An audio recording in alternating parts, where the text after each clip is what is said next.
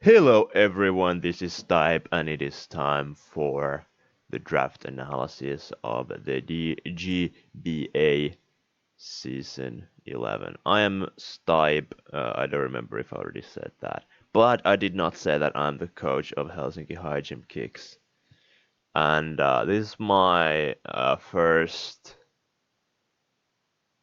Sword and Shield League, so it's pretty hype. You can see the rules on the screen. I stole this from the DGBA Season 10 introduction video. So if you would go to claim me for a copyright strike, I would probably lose the case because I'm literally stealing this screenshot from that video. I don't know, then again, people do that. Like Pokemon just do that. Anyway, I'm doing a little bit different kind of thing. I'm doing like a semi like live draft analysis. I saw it done once before and I thought it was pretty interesting, so I figured I'd try that. Kind of brings like a different angle to your typical draft analysis videos. I'm also drinking coffee, and it's like my second cup of the morning. I never drink 2 cups of coffee in the morning. I'm just so dead that I have to. I don't know why. It's Monday morning as I record this. That's probably why. Anyway, free draft with 11 picks, National Dex League. That's very cool. I haven't like touched the National Dex at all, so it's gonna be very interesting to see like how it turns out, like how the draft turns out in terms of like compared to the earlier generations and so on, because a lot of things have changed. So some ones that were good before are not good anymore, and then some ones that were good before are now even better. Um, I'm gonna talk about those things a little bit soon. Anyway, I can have one mega, which is very cool. No Z, no Dynamax. I'm a bit disappointed that Dynamax got to be so damn good in singles because it looked like a very interesting mechanic. And I enjoy playing with Dynamax on the ladder. I think it's a lot of fun, but I understand it's a bit too much in draft, especially when all the Ultra Beasts are allowed. I think especially those things can just get way out of hand within Dynamax. Like imagine like a Kartana. You could before have like you have the timid set. You know, now you can have like the max knuckle or whatever that boosts your attack in top of everything. I think that's pretty crazy. Anyway, something pretty interesting is that like unreleased hidden abilities are banned, as well as like the cut moves such as hidden power, pursuit, stuff like that. Uh, but Melmetal is allowed, which is like still if I understand correctly, it's technically unreleased, but it's still allowed. Definitely a mon I was looking forward to getting, but spoilers, it got snubbed from me. Uh, but yeah, uh, I think it makes a very interesting, very cool meta where there's no hidden power, so you actually have to like really think about the coverage you draft, and it also like um, in a way it puts more emphasis into your battling abilities and skills, which I think is very cool. I think like kind of having a random HP flying for a Breloom or Mega Heracross or whatever is like it's kind of dumb, and I really enjoy the fact that there is not that type of gimmicks around this time. Also, the same with natural gifts. It's I think it is very cool. I'm really looking forward to see how that type of draft playing turns out. Pursuit is another big one. I used to love the move Pursuit, but I'm very happy it's gone because it's kind of like it just makes Psychics worse for no reason. So I think it is, in a way, it's a very good thing that we got rid of it, or Pokemon got rid of it. That's the really the only good thing, in my opinion, about the cut moves, that Pursuit is gone. Other than that, I don't really agree with them.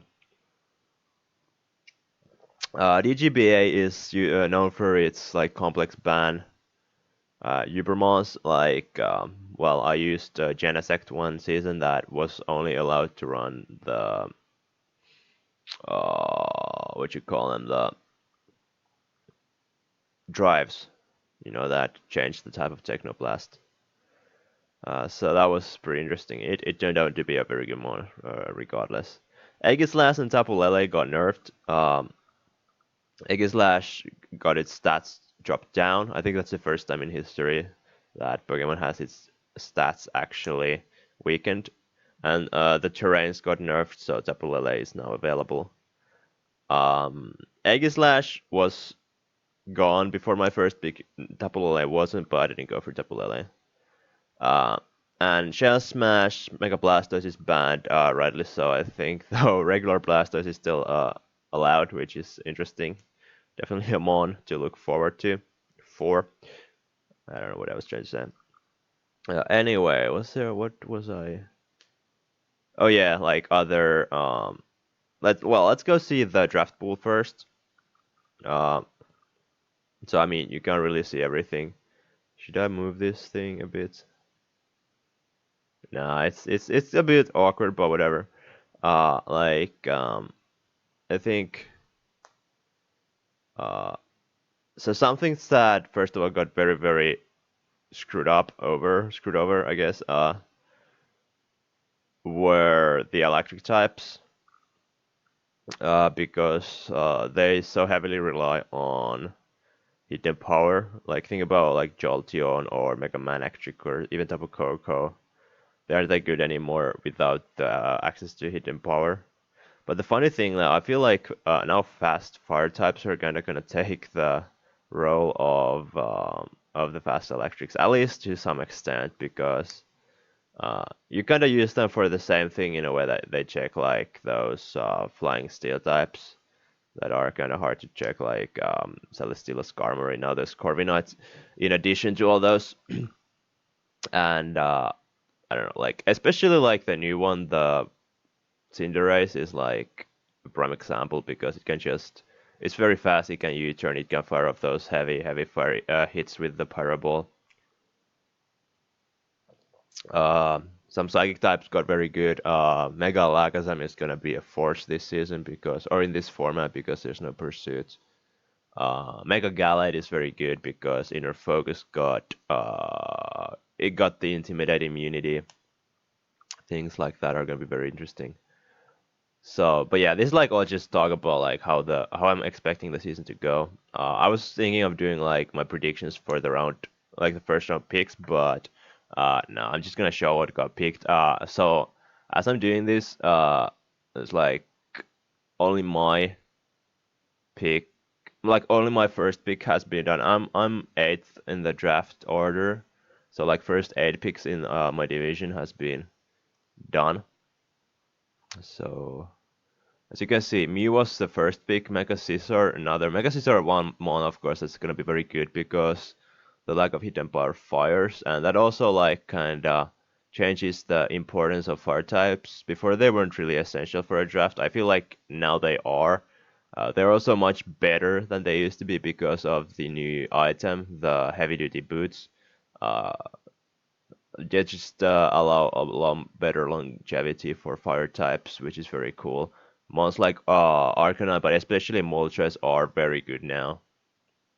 Uh, thanks to having reliable recovery and fire just being a very good defensive typing in drafts, resisting a unique combination of steel and fairy and grass at the same time. I think no, steel does that too, but like fire is the only other one that does that. Aegislash. Oh wait, yeah. Galarian Darmanitan. Definitely a one that I would have gotten if I had the chance. I think that's way too busted to be allowed in my honest opinion, but we'll see. Aegislash. Don't honestly think it's really that good. We'll see, but I wouldn't have picked it round one myself. Mega Gallade definitely even better than it used to be because it's now immune to Intimidate. Dragapult a very interesting one. It's very frail. It's fast, but it's frail. Not that strong. especially if it has to run Jolly or Timid. I guess it can, in some matchups it can run Adamant or Modest, which definitely does allow it to be a bit stronger. So uh, hard to say if it's gonna be like worth around one pick in the future, but definitely understand it going because it's new and cool and all that. Melmetal goes one pick before mine. Amon, I was definitely looking forward to having. It has good coverage and a very, very spammable move in the double iron bash. And I myself got the Zygarde, was kind of uh, contemplating on what I want. There were a few other mons. I think Volcarona is a very interesting one because of the heavy duty boots. It's going to be very good, but I also thought it's a bit too limited because of that for to be around one pick. Cartana was another one. I think Cartana is actually one of the mons that is gonna be able to abuse the lack of hit burst the best. Like it's gonna be very good, and I might be going for it run two if it's still around. I wouldn't be surprised if isn't because it just is so good. But also, if it is, it's understandable because people probably don't realize that. People just really overlooked Cartana even the past gen. It was like it was very good always, way better than people seem to think of it. And apparently, JJ Gals got an Necrozma. It has now Dragon Dance, so it's pretty interesting to see how it functions. But yeah, that's like for the first pick. I'm gonna be much shorter for the following picks. Just wanted to um, kind of introduce what's going on. I didn't really talk about my Zygarde pick actually. I just said, what else I was thinking of getting.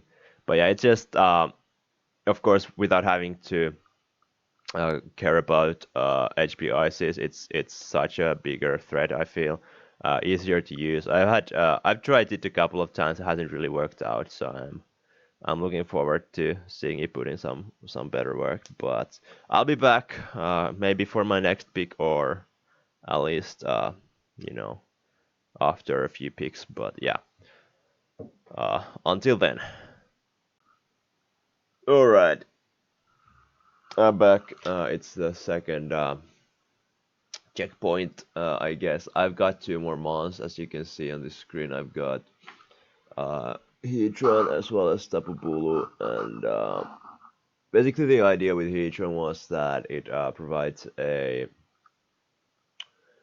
um, one that can um check a lot of Zygarde's checks, such as Vulgar Grass and Bug types, as well as like ice types that offensively check a Zygarde, and also defensively can check dragons to some extent. Although I guess most of them have coverage for Heatran. And then I got Bulu because first of all it does for the infamous core with Heatran, but also because it's one of the best checks for Zygarde in the game. So having that on my team means that no other team will have that. So it makes Zygarde just a little bit better. You can see that Chess on the team next to mine got Tornadus. That was actually a mon I was also thinking of getting as my second pick. And so had I gone for that, it would have been a snipe back. And I think, like, I don't know. Um, Tornadus would have been good. I still definitely feel like I need a good flying type. Um,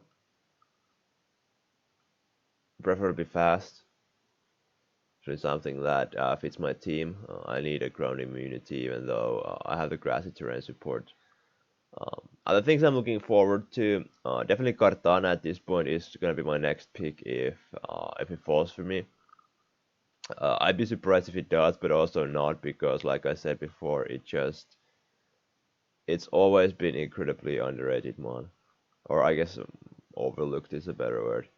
Uh, it's a very good one. Uh, then other things I'll be getting eventually some spikes.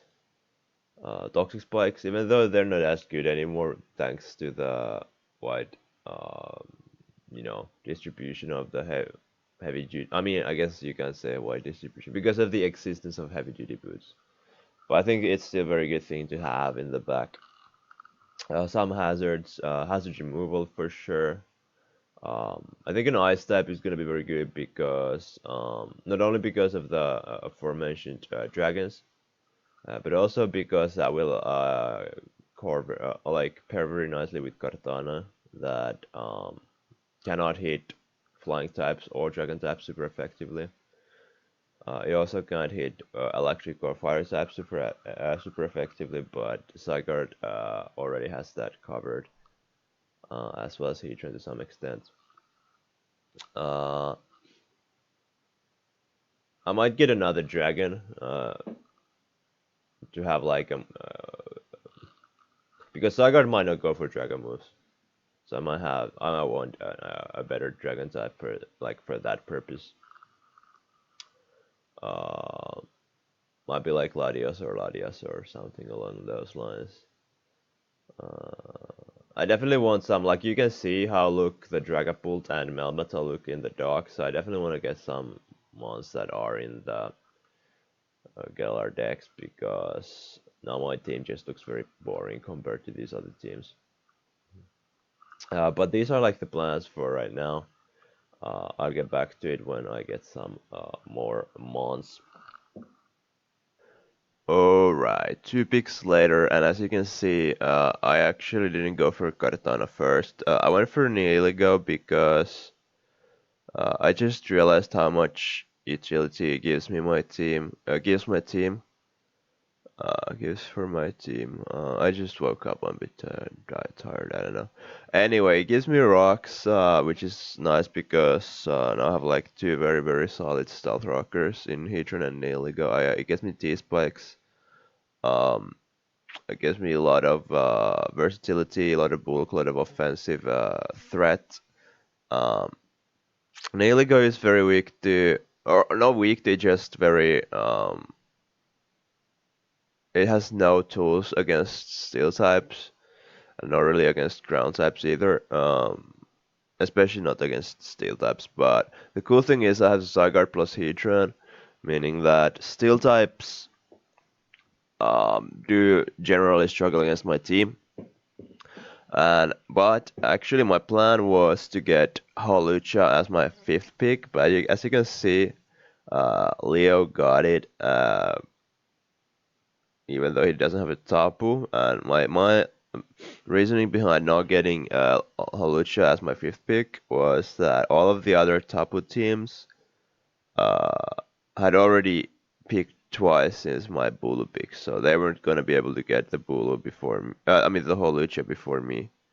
But it was a real brain fart from my part. I didn't remember that there are gonna be three other terrain setters, the Pinkach in DD and Galarian Wheezing. So now I just gotta suffer from that brain fart, but it's fun. I got Cortana instead, like I planned at the first place, and I think it really just brings so much to the table. Um, Again, pressures opposing steel types. Has a defog option even if I want to, though I don't really honestly see myself running that type of set. And just hitting very, very strong grass moves in the terrain. Even though not as strong as before, but still, I think that's pretty cool. Cortana can be a sweeper or a wall breaker. Um, but what it really, I guess, kind of shines at is being just a revenge killer. For the next pick, I'm probably gonna get a flying type finally. Uh, if I wanted an offensive flying type, it would probably be Crobat or Mega Pidgeot. That's something I was thinking about. But really, the Mega that I'm looking forward to the most, or looking at the most, is Mega Slowbro. because it gives me a very nice bulky water. I can actually check stuff like Galarian Darmanitan and Dracovision and such. Um, so I'm not really necessarily wanting Mega Pidgeot for that reason. I might go for a bulky flying type. I'm looking at Mandibuzz and Mantine especially. I feel like both of those can be very good. Electric types won't be drafted very much because how bad they are now. So Mantine actually might be a very solid pick in that sense. But I'll see about that. Other than that, I have still 6 picks left. Uh, I want to have some fun stuff at the end, like most that I just want to try the new mons. I'm looking at Frostmoth. I might go for Thievel for the Unburden action, even though it has a shitty move pool and a shitty special attack. But I think it's just a fun thing to maybe try. I don't know. Also don't have a fairy yet. I mean, I have Bulu, but I don't know. I might want another fairy. Maybe another dragon. Who knows? But yeah, I'll catch you up in the after 1 or 2 more picks. So until then. All right, I'm back, and as you can see, I ended up getting a Crobat. Um, I would have gone for Mandibus, but that got sniped. Mantine, which is another one I was talking about, it was still on the board, and still is, I'm pretty sure.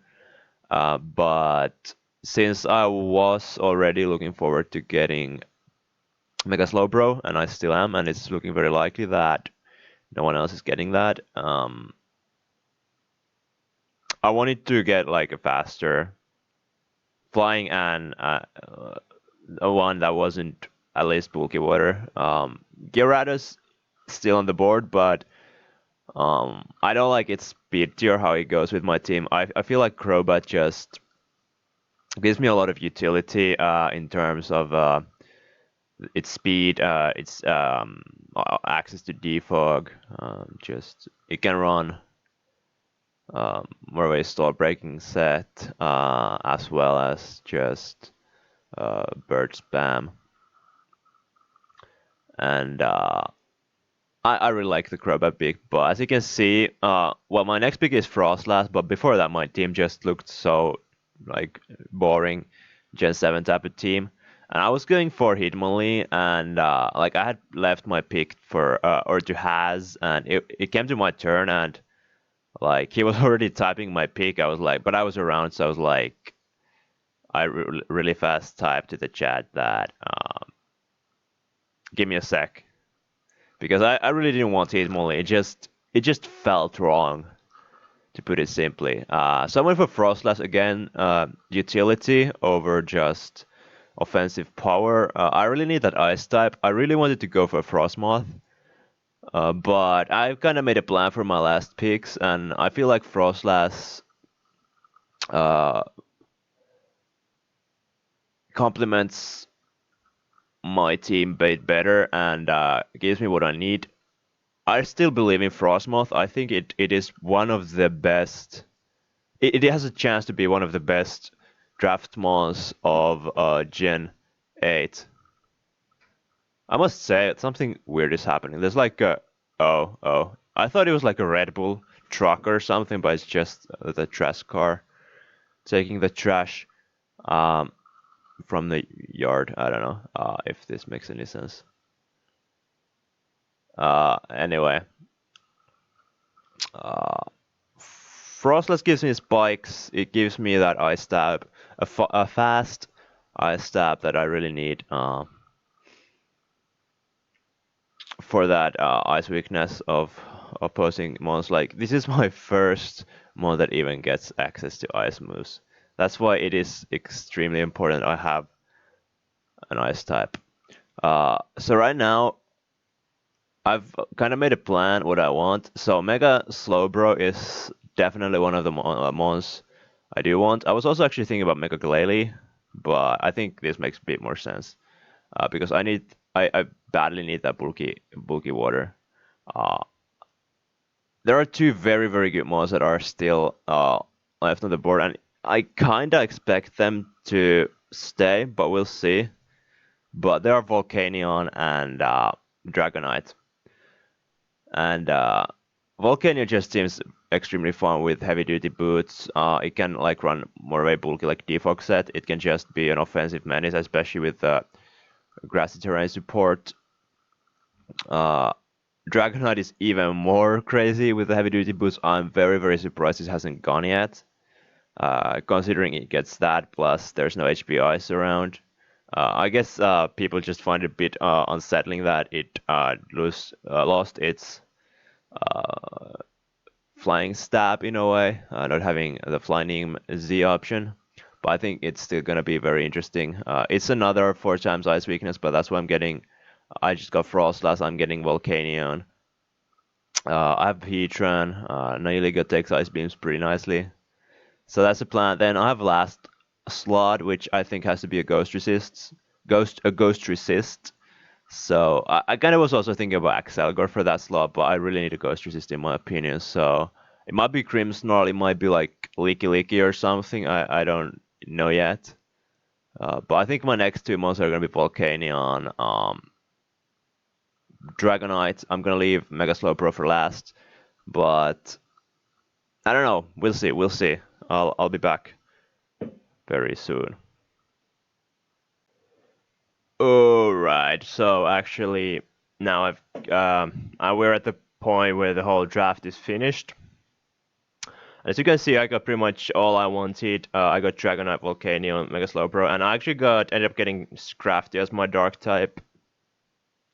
So I'm just gonna quickly go through all of my picks. So I talked about Dragonite already and a little bit, and I actually looked a bit further into it, and all I can say it's gonna be a very good mon. It's much more versatile what it used to be. Before it really only had Dragon Dance set, though it was maybe a little bit better because it has had access to the Flynim Z and Bandit set. But now, of course, the combination of heavy duty boots plus multi-scale is very good. Uh, but that combination not only provides an opportunity to run a very good Dragon Dance set, it also allows you to run like a bulkier set with maybe Defog, Heal Bell, cool stuff like that. Dragonite has a fantastic coverage too. And another very, very cool thing is that its hidden ability is Inner Focus, which in this gen actually is now it grants you an immunity against Intimidate, so it can help you against setup, which is just very, very nasty. Very, very difficult mon to guard against in this generation. Uh, Volcanion, I guess the main thing I have to say about Volcanion, it's interesting to see how it will pair with Heatran. It's like the Volcano core, and they are somewhat redundant together, but also they kind of do different things. As Volcanion is a water type tank with water immunity, but they have like the same special attack, similar speed stats. So they're somewhat similar, but it's yeah, I don't really know how it's gonna work out. But I'm just like I drafted Volcanion because that's a mon I've always just wanted to draft, and I feel like in this type of format, it just I just get a very very good mon, a very fun mon for free. Mega Slow Bro, I kinda explained already, so that's a fun thing. Hiker Toad was saying that he was expecting me to get Mega Gardevoir, and really, I like that mon didn't cross my mind at all. And the funny thing is that there was like a talk about Mega Gardevoir. Zazo was saying that in his opinion, Gen 6 Mega Gardevoir was the best draft mon ever. And even then, I like drafting Mega Gardevoir didn't cross my mind. And looking at this team, it really would fit this team had I mon with better physical bulk. Like if I had a physical wall, which I could get easily if I made some chances. But I'm definitely glad with Mega Slowbro as well because even in late Gen 7, it was a mon I was kind of thinking of, or it was a mon I wanted to draft basically. And then this Crafty was just like a mandatory dark type. The Poltergeist got drafted. I was like also very weak to Ghost, so those two reasons in general were like the reason why I needed a dark type very badly. So I felt like Scrafty was the best bulky dark type on the board. There was also like Pangoro, which is a bit more offensive, but the thing with Crafty, not only is like it is pretty good, I feel it's also one that I just love very much. It's one of my favorite Gen 5 Pokemon, so I just wanted to get it. So I got it, and it's like my other lower tier mon alongside with Frostlass, and both of them are probably gonna get very, very pressured, but I'm excited to use them both anyway, especially Scrafty.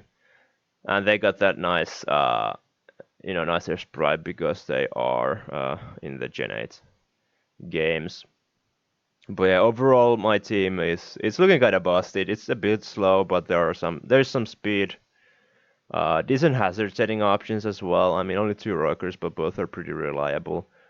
A lot of defog. I feel like in this generation, firing off defogs is even easier than before because of the boots. And yeah, like my team just I feel like all in all my team just takes advantage of the subtle little changes in the Generation 8, and I'm really excited to use this. I don't know what else to say really. I'm just gonna talk a little bit about the schedule. I don't know how good it's gonna show in the screen. Let me move this if I can a little bit. No, here we go. Well, I mean you can see a little bit of it. So yeah, I'm very glad with the schedule. I get to play all the cool people. Or like I don't that's the wrong way to say it, but like uh the two people I was really like excited or looking forward to playing against were TC and Leo. So you can see, but here is my week 8 opponent is Leo. TC because I faced him in the final one of the seasons, so I wanted a rematch. Leo, of course, because he's by far the biggest name in this league. And then there are some other cool guys like Chess. I'm gonna face week 9. Definitely looking forward to that. Hiker Toad, I think, is somewhat established in the community as a decent player, so that's gonna be cool. And Ian had just a busted team, so it's gonna be very interesting to play against that team. And of course, KHD, objectively the best draft in this season. Uh, he drafted a Machoke when things like Machamp, Girder, and Surfetched were all around. Um, that team is just too much to handle, so definitely gonna be a challenge on week 6. But yeah, I'm gonna be covering some of the weeks. Probably not all of them. At least those that I mentioned, I probably will be. Maybe some of them. I don't know. I'm a bit all over the place right now, but that's fine. I think this is all. I'm gonna talk about things. I probably wanted to cover some things I did not, but that's fine. I got more videos to do that shit. So that's all. This is Stipe signing out. Hopefully you're as excited as I am, and feel free to come back to my channel, watch the actual games. I don't know when this season is starting, but anyway, this is Stipe signing out. Bye.